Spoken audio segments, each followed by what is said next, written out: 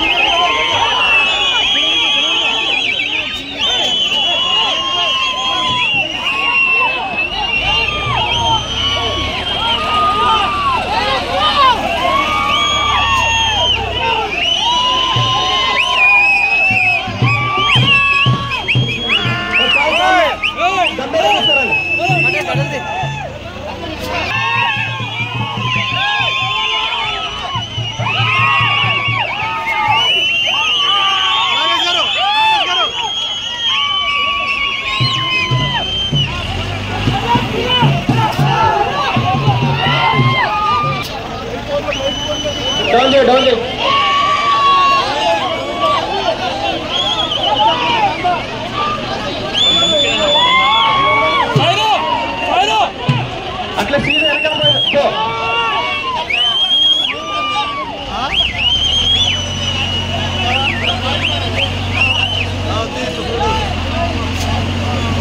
బాబు down చేయమ్మా, down చేసుకో.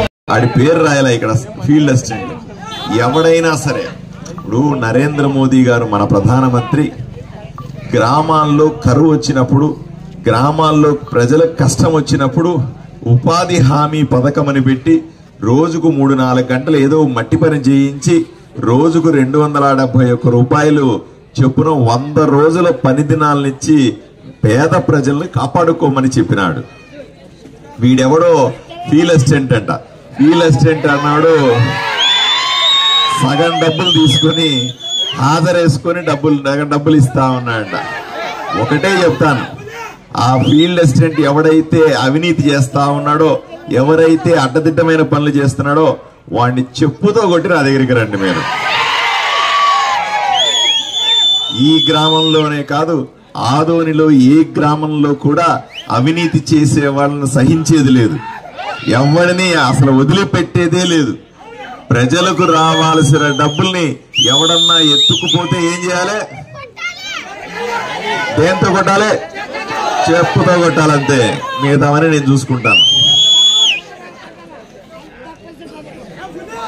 ఇంకోటి దశబంధం.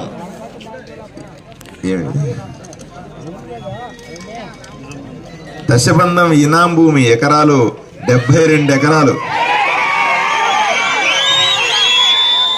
ఇది ఇనాం భూమి. కానీ ఈ భూమి నుంచి అవతల భూమిలోకి రైతులు వెళ్లకుండా దౌర్జన్యంగా కంచేసినాడు. ఎవడాడు? ఈడేనా? గురునాథ్ రెడ్డినా? ఆ గురునాథ్ రెడ్డికి చెప్పండి, గురునాథ్ రెడ్డి ఆటలన్నీ అయిపోగొట్టమని చెప్పండి. ఇంకొక 20 రోజులు ఎన్ని ఆటలు ఆడినా పర్లేదు, 20 రోజుల తర్వాత సినిమా ఉంటుందని చెప్పండి. ఇనాం భూమిలో నుంచి రైతులు వెళ్ళడానికి వాడికేంటి నొప్పి?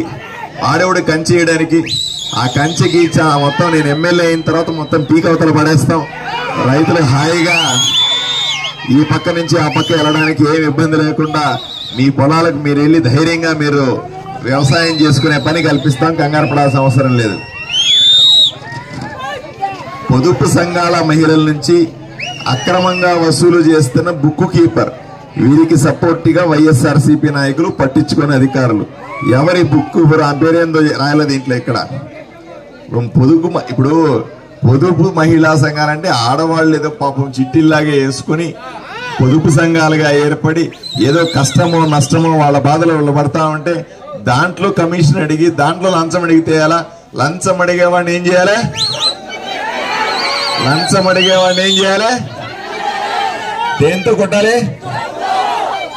లంచం ఎవడడిగినా సరే, మీరు ఇల్లు అడిగితే లంచం అడిగినా, మరుగుదొడ్డు అడిగితే లంచం అడిగినా, పొదుపు సంఘాల్లో లంచం అడిగినా, ఇంకొకటి లంచం అడిగినా, మీరే మట్టి పనికి వెళ్తే ఎవడన్నా లంచం అడిగితే చెప్పుతో కొట్టండి, తర్వాత విషయాలు నేను చూసుకుంటాను.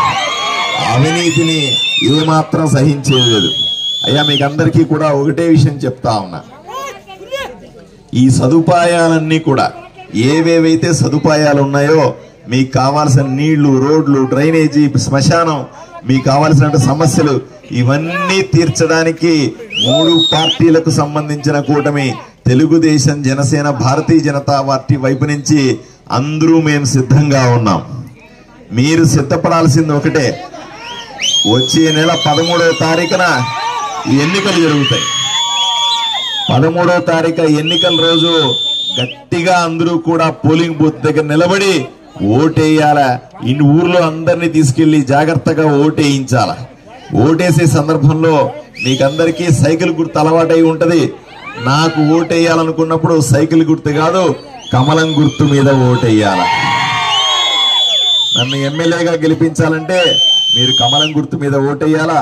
అదే సందర్భంలో ఎంపీగా నాగరాజు గారిని గెలిపించాలంటే సైకిల్ గుర్తు మీద ఓటేయాల. ఈ ఎన్నికల్లో మీకు 2 ఓట్లు ఉంటాయి, 2 మిషన్లు ఉంటాయి. ఒక మిషన్ లో కమలం గుర్తు ఉంటుంది, ఇంకొక మిషన్ లో సైకిల్ గుర్తు ఉంటుంది. కమలం గుర్తు ఉన్న చోట సైకిల్ ఉండదు, సైకిల్ గుర్తున్న చోట కమలం గుర్తు ఉండదు. కాబట్టి ఎక్కడా కన్ఫ్యూజన్ పడాల్సిన అవసరం లేదు. ఏ మిషన్ లో కమలం గుర్తు కనపడితే దానికి గుద్దేయండి, ఏ మిషన్ లో సైకిల్ గుర్తు కనపడితే దానికి గుద్దేయండి. బ్రహ్మాండమైన మెజారిటీ ఇవ్వాలి. ఇంతకుముందు మీనాక్షి నాయుడు గారు చెప్పారు, మల్లప్ప గారు కూడా చెప్పారు, మీ గ్రామానికి కావాల్సినటువంటి అన్ని ఏర్పాటు చేస్తాం. కాకపోతే మీ గ్రామాల నుంచి మేము కోరుకునేది పెద్ద ఎత్తున మెజారిటీ రావాలి. మీ పోలింగ్ బూత్ లో రేపు బాక్సులు ఓపెన్ చేసినప్పుడు బాక్సులు బద్దలైపోవాలి. ఆ రకమైన మెజారిటీ వస్తే తప్ప, ఎందుకంటే రేపు ఈరోజు ఎలాగో వచ్చానో ఎమ్మెల్యే అయిన తర్వాత కూడా మీ గ్రామానికి నేను అలాగే వస్తాను. వచ్చి మీరు ఎన్నో సమస్యలను అడుగుతారు, అడిగినప్పుడు నేను సంతకం పెట్టాలా. సంతకం పెట్టేటప్పుడు నేను మీ గ్రామం నుంచి ఎంత మెజారిటీ వచ్చింది, ఎన్ని ఓట్లు వేసానని చూస్తానా చూడనా? మీరు బ్రహ్మాండమైన మెజారిటీ వస్తే మీరు అడిగినవన్నీ అడిగినట్టుగా టపటపా సంతకం పెట్టి నేను మల్లప్ప, మీనాక్షి నాయుడు గారు కూర్చొని మీ రుణం తీర్చుకుంటాం.